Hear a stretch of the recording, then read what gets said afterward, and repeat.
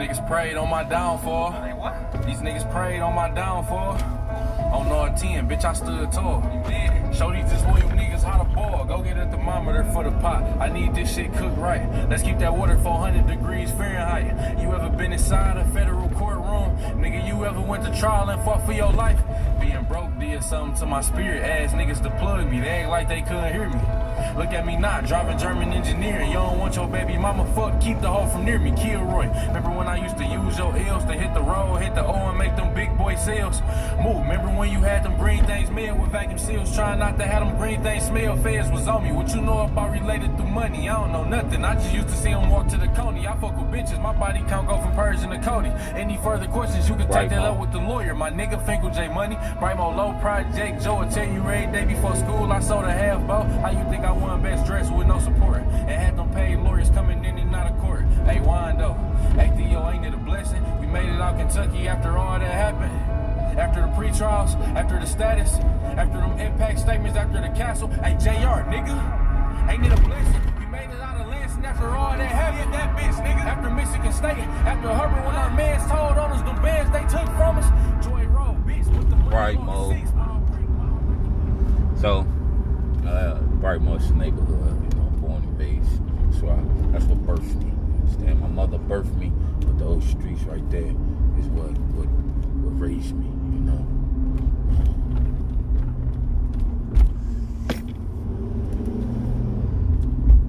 Just talking to a brother of mine the other day. He had flew in and check on his house down here.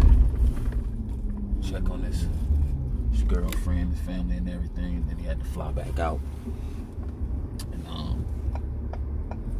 he was down here. You know, he was speaking with my wife, and he was telling me, she was like, y'all both from Detroit? He was like, nah, I'm from Detroit. He from Brightmo. Detroit a lot better than Brightmo. It made me laugh.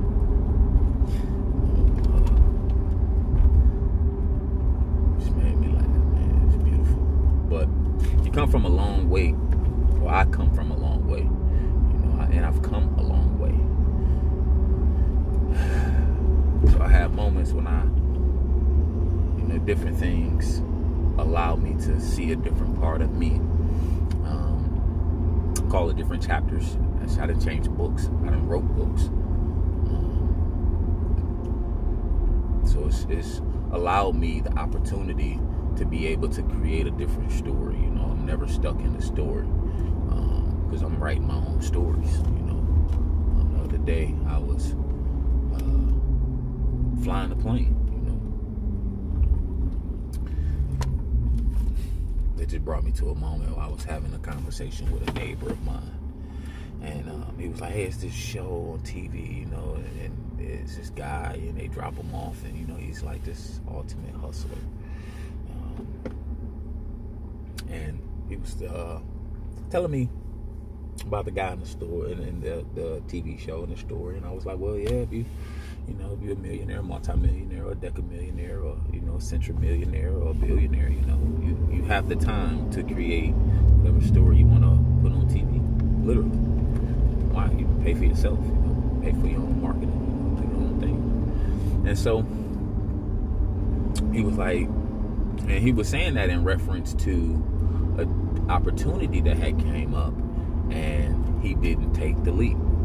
Me, I did. Point blank period, I did. I mean, it was a no-brainer. There's no way not to. Period. It was a no-brainer for me, so I immediately seized the opportunity and captured it and claimed it. But I still left the door open for him. He was like, "Yeah, but he was like, even on this TV show, they was like, you're not. He was like, you're like the guy. You're not afraid of rejection." And he was like, "No, that's what keeps you going and moving." And I was like, "Yeah."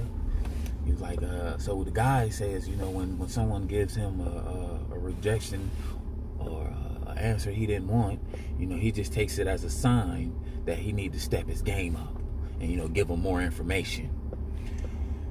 And I said, yeah, and that's why that is TV. I said, I don't give people more information. If opportunity presents itself and you don't take it, you didn't want it. And giving you more information is just not what I do. I applaud the people that do, want to give people more information and get them involved and, convince them. And I don't have that luxury of time to convince somebody to do better for themselves.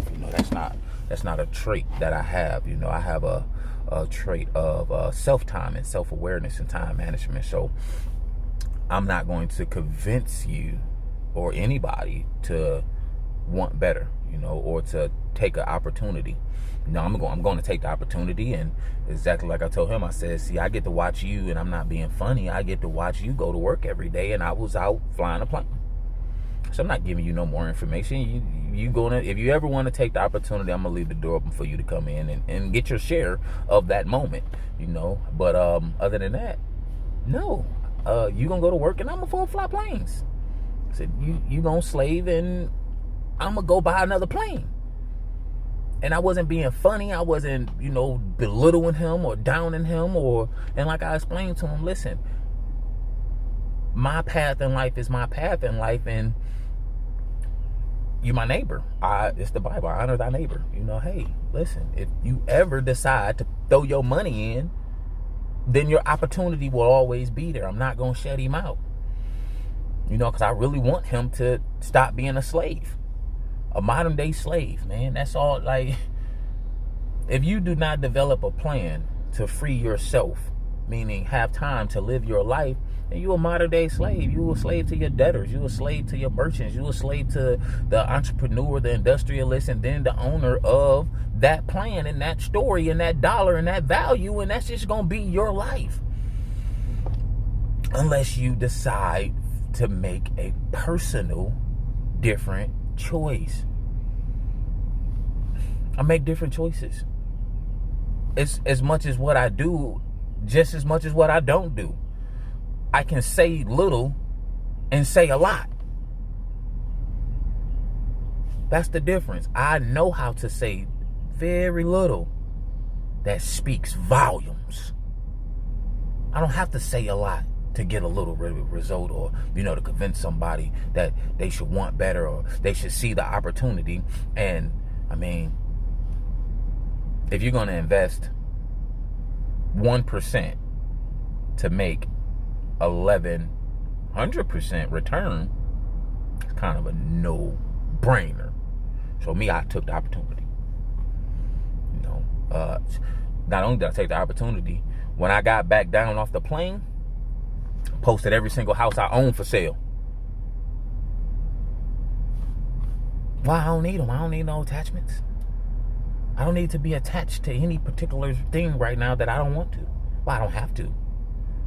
Why? Extraordinary vision equals extraordinary wealth. They was like, well, hey, man, no, I am not worried about limitations of self, because I'm limitless. Why? Because I said I am. Period. I'm wealthy. Why? Because I said I am. I only talk to millionaires. Why? Because I want that. I have a larger goal, my inner circle. I carry my goals in my wallet. I've been carrying the same goals in my wallet for like 5 years since I bought the wallet. And every time I had to get a new wallet, I transferred my goals out of that wallet into the new wallet. Know where I'm going. Been nowhere. I've always known the direction that I was leading myself in. Why? Because I wrote the story. So opportunities that I take and seize, I seize them. And I learn. Some of them, it was bad investments. I learned, though.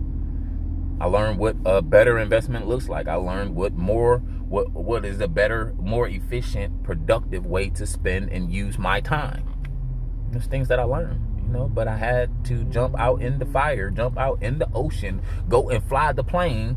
I had to go into these different extremes of nature to see how battle tested I am. Period.